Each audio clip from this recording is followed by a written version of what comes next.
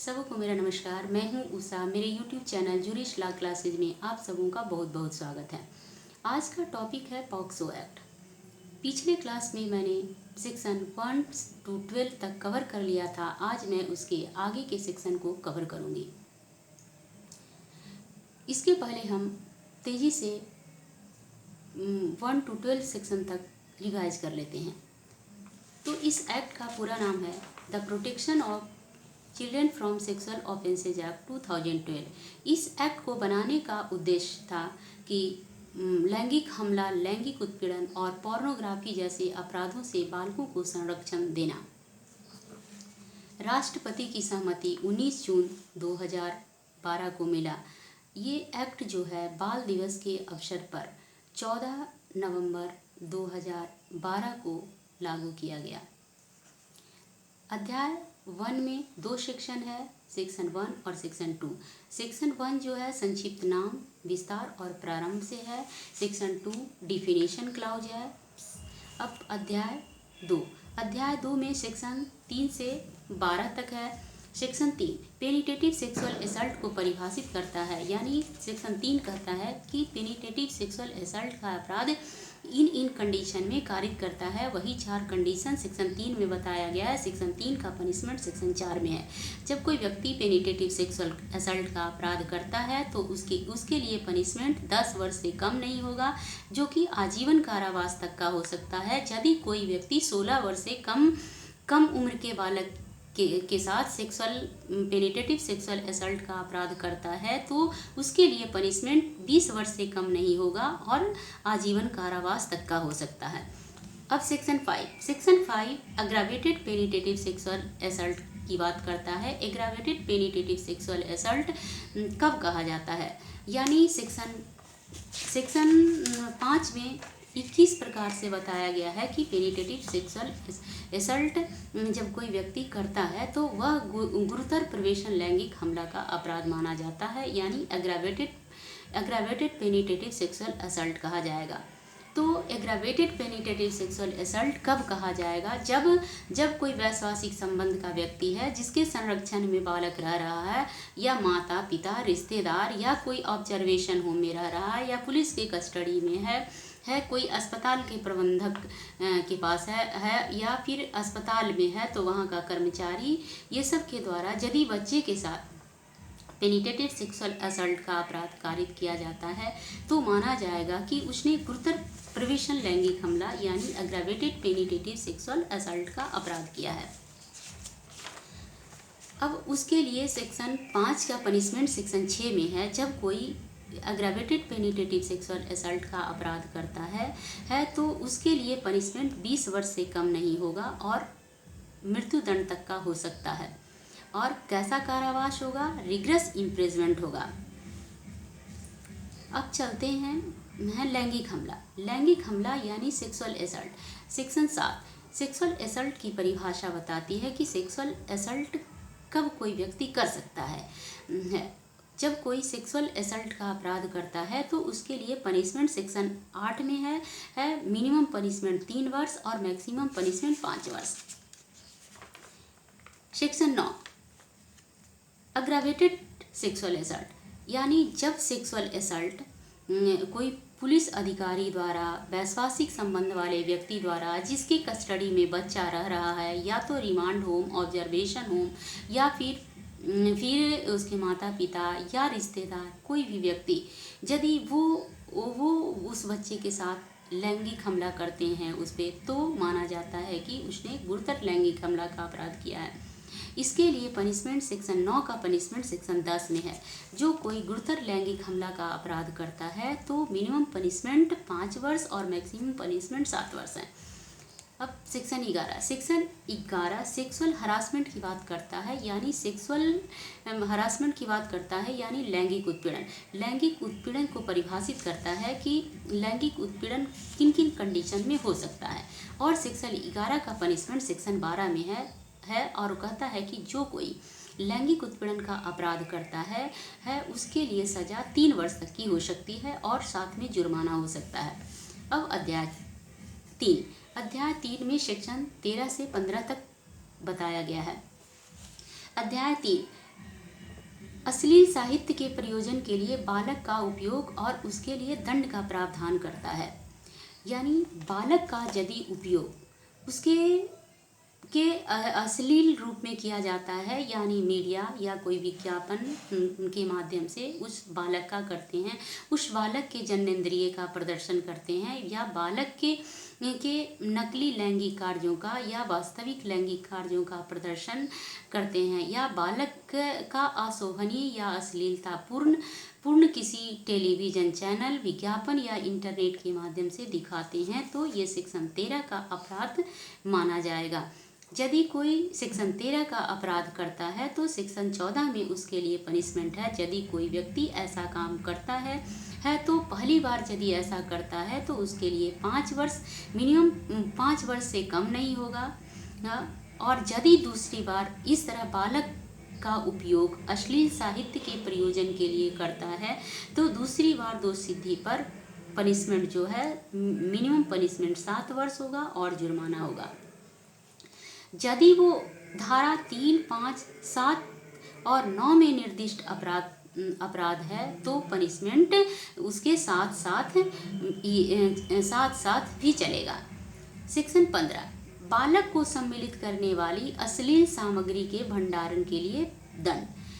कोई व्यक्ति जब बालक से संबंधित कोई अश्लील सामग्री को इकट्ठा करता है, रखता है, मिटाता और नष्ट नहीं करता है या फिर उसे विहित पदाधिकारी को सूचित नहीं करता है, रिपोर्ट नहीं करता है तो वो भी पनिशमेंट उसे भी मिलेगा। यानी जब किसी व्यक्ति को पता चलता है कि किसी के पास अश्लील साहित्य, बच्चे से रिलेटेड कोई पोर्नोग्राफिक मटेरियल है तो उसका रिपोर्ट करेगा, और यदि कोई व्यक्ति ऐसा रिपोर्ट नहीं करता है तो 5,000 रुपये के जुर्माना से अधिरोपित किया जाएगा, और यदि दूसरा बार भी व्यक्ति ऐसा अपराध करता है तो 10,000 से कम का जुर्माना उस पर अधिरोपित नहीं किया जाएगा।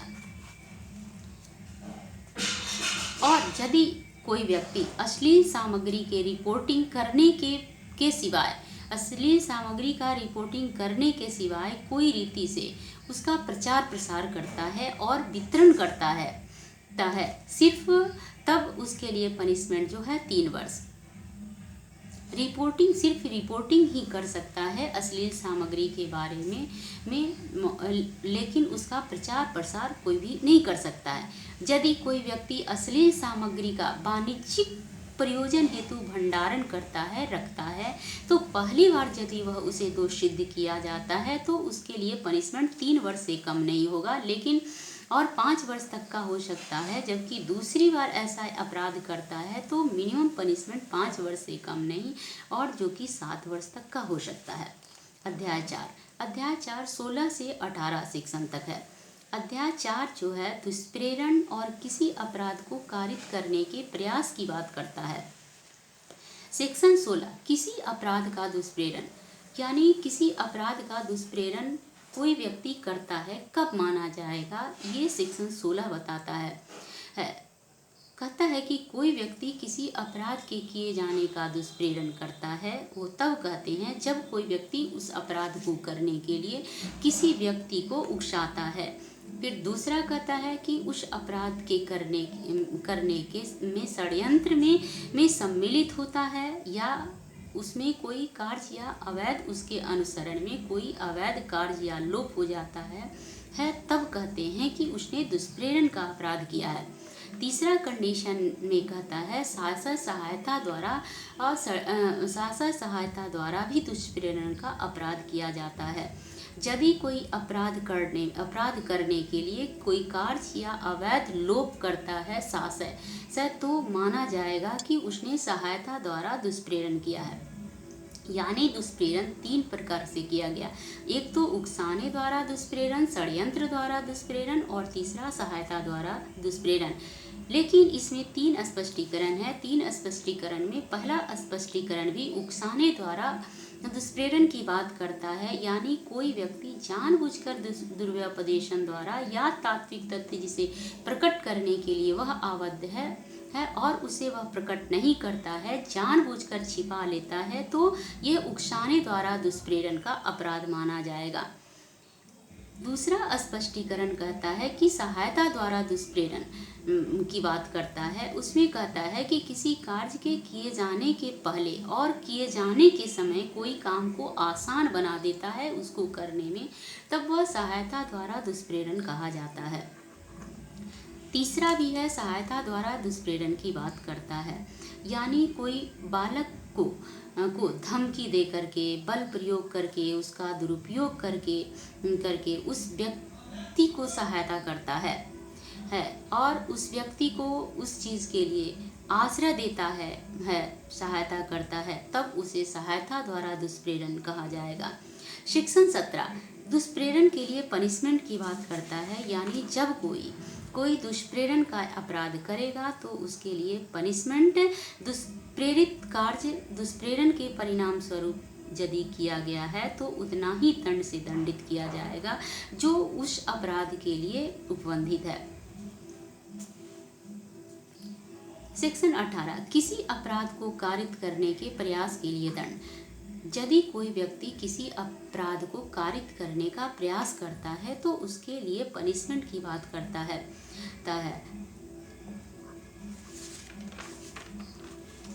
और ऐसा अपराध के लिए आजीवन कारावास से पनिशमेंट आधे तक का होगा, या फिर उस अपराध के लिए उपबंधित जिस अपराध के लिए वह प्रयास करता है उस अपराध के लिए उपबंधित अवधि से आधे तक का कारावास या जुर्माना या दोनों से दंडित किया जाएगा।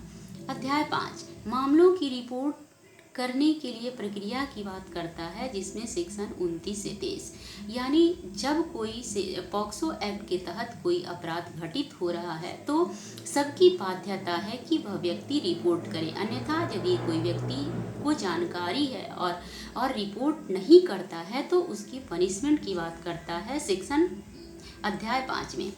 अब अध्याय 5 का सेक्शन 19 अपराधों की रिपोर्ट करना। सेक्शन 19 कहता है कि यदि किसी व्यक्ति द्वारा अपराध किए जाने की संभावना है या यह जानकारी है कि किस व्यक्ति ने अपराध किया है, तो जिस व्यक्ति को जानकारी है तो वह व्यक्ति ऐसे अपराध के किए जाने की सूचना कहाँ देगा। तो कहता है ऐसे अपराध की सूचना SJPU यानी विशेष किशोर पुलिस यूनिट को देगी और स्थानीय पुलिस को देगा, और प्रत्येक रिपोर्ट जो सूचना दिया गया है उसको प्रविष्टि में अंकित किया जाएगा और लेखबद्ध किया जाएगा। उसके बाद उस सूचना देने वाले को पढ़कर सुनाया जाएगा और पुलिस यूनिट द्वारा रखी जाने वाली पुस्तिका में भी इसकी प्रविष्टि की जाएगी। यदि कोई बालक द्वारा इसकी रिपोर्ट किया जाता है तो बालक के द्वारा रिपोर्ट किए गए बातों को सरल भाषा में लिखेगा, और यदि बालक नहीं समझता है और न्यायालय की भाषा में लिखा जाता है या कोई तब उसके लिए अनुवादक या द्विभाषिया उपलब्ध कराया जाएगा जिससे बालक उस भाषा को समझ सके। और यदि जिस बालक के साथ ऐसा अपराध घटित हुआ है और उस बालक को देख रेख और संरक्षण की आवश्यकता है तो वह कारण को लिखित करते हुए एक विशेष किशोर पुलिस यूनिट या स्थानीय पुलिस उस कारण को लिखने के पश्चात 24 घंटे की अवधि के भीतर तुरंत या तो संरक्षण गृह में रखेगा या निकटतम अस्पताल में उस बच्चे की रखने की व्यवस्था करेगा। विशेष किशोर पुलिस यूनिट या स्थानीय पुलिस बिना विलंब के 24 घंटे के भीतर मामले को बाल कल्याण समिति या विशेष न्यायालय, यदि विशेष न्यायालय का गठन वहां नहीं हुआ है तो सेशन न्यायालय को रिपोर्ट करेगा। अब चलते हैं सेक्शन 20। सेक्शन 20 मामले को रिपोर्ट करने के लिए मीडिया, स्टूडियो, फोटो चित्रण सुविधाओं की बाध्यता। यदि मीडिया वाले को पता चल गया है तो उसकी बाध्यता है कि मामले को रिपोर्ट कराए, नहीं रिपोर्ट कराएगा तो उसे भी पनिश किया जाएगा। यदि मीडिया होटल, लॉज, अस्पताल, क्लब या स्टूडियो के कर्मी चाहे जिस भी नाम से ज्ञात हो, वहाँ के नियोजित व्यक्ति सबकी ड्यूटी बनता है कि पुलिस यूनिट या स्थानीय पुलिस को ऐसी यदि कोई सामग्री के बारे में पता चलता है, अश्लील घटना होने के बारे में पता चलता है, तो वह ऐसा जानकारी उपलब्ध कराएगा। सेक्शन 21 मामले की रिपोर्ट करने या अभिलिखित करने में विफल रहने के लिए दंड। यदि मामले का रिपोर्ट कोई व्यक्ति नहीं करता है और यदि रिपोर्ट करता है और उसकी रिपोर्ट को नहीं लिखित किया जाता है तो उसके लिए पनिशमेंट 6 माह तक का हो सकता है, या जुर्माना, या दोनों। कहता है यदि कंपनी या किसी संस्था का भार साधक व्यक्ति जो उसके नियंत्रणाधीन में अधीनस्थ व्यक्ति है के द्वारा कोई अपराध किया जाता है और वह रिपोर्ट करने में असमर्थ रहता है व्यक्ति, तब उसके लिए पनिशमेंट 1 वर्ष तक का हो सकता है और जुर्माना। सेक्शन 22 कहता है कि मिथ्या परिवाद और मिथ्या सूचना की पनिशमेंट की बात करता है यानी जब धारा 3, 5, 7 और 9 के अधीन अपराध के संबंध में कोई व्यक्ति मिथ्या सूचना देता है, उसके अपमानित करने के आशय से, धमकाने के आशय से, बदनाम करने के आशय से, तो कम से 6 माह के कारावास या जुर्माना या दोनों से दंडित किया जाएगा। लेकिन यदि कोई बालक के द्वारा ऐसा मिथ्या सूचना दिया जाता है तो उसे कोई दंड अधिरोपित नहीं किया जाएगा। यदि कोई बालक नहीं है, किसी बालक के विरुद्ध मिथ्या परिवाद करता है, मिथ्या सूचना उसे मिथ्या जानते हुए उपलब्ध कराता है और ऐसा बालक इस अधिनियम के अधीन किन्हीं अपराधों के लिए उत्पीड़ित होता है, तो वह ऐसे कारावास जो 1 वर्ष तक का हो सकेगा और जुर्माना या दोनों से दंडित किया जाएगा। सेक्शन 23 मीडिया के लिए प्रक्रिया। कोई व्यक्ति किसी भी प्रकार के मीडिया या स्टूडियो या फोटो चित्रण संबंधी सुविधाओं से कोई पूर्ण या अधिप्रमाणित सूचना रखे बिना जब बालक के संबंध में कोई रिपोर्ट नहीं करेगा, यानी मीडिया या स्टूडियो या फोटो चित्रण संबंधी जो भी है उसको जब तक पूरा जानकारी सही जानकारी नहीं होगा तो बालक के संबंध में कोई रिपोर्ट नहीं करेगा, जिससे कि उस बालक के प्रतिष्ठा का हनन हो, उसकी गोपनीयता का उल्लंघन हो। किसी मीडिया से कोई रिपोर्ट बालक की पहचान जिसके अंतर्गत उसका नाम, पता, फोटो चित्र, परिवार का ब्यौरा, विद्यालय, पड़ोस या बालक का पहचान, ये सब कोई प्रकट नहीं करेगा। मीडिया या स्टूडियो या फोटो चित्रण संबंधी सुविधाओं का कोई प्रकाशन या स्वामी संयुक्त रूप से पृथक रूप से अपने कर्मचारी के किसी कार्य या लोप के लिए दायी होगा, यानी जो मीडिया का संचालक है और उसका कर्मचारी ऐसा प्रकाशित कर देता है बालक के संबंध में तो उसका जो मालिक होगा वही दायी होगा और इसके लिए पनिशमेंट है 6 माह से कम नहीं होगा, जो कि 1 वर्ष तक का हो सकता है। यदि मेरा वीडियो अच्छा लगे तो लाइक करें, शेयर करें और सब्सक्राइब करें। Thank you.